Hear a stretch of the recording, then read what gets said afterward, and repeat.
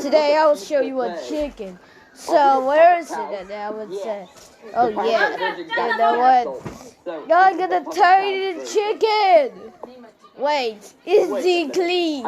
Is he clean? Good, he's already clean. Oh, there's a store of chicken. Oi, what do you think you're doing? I'm trying some chicken pies. I don't know where I'm. Oh, I'm so fucking no. This is stupid. Oh, now for your chicken, bitch. No, you farted. You farted, okay?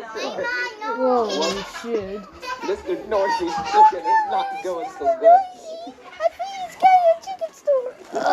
I get injured. I'm over here. So now I'm gonna find a chicken. Oh, I'm sorry, but it's only the butcher. Okay? Oh, no, the calamity. That's a chicken disaster for the roosters. Oh, no. Nah, there's no such thing as roosters. Oh my God, he's dying. It's not time for a funeral, but he's so fainting. I'm very sorry. Oh, the hell you just living without belts?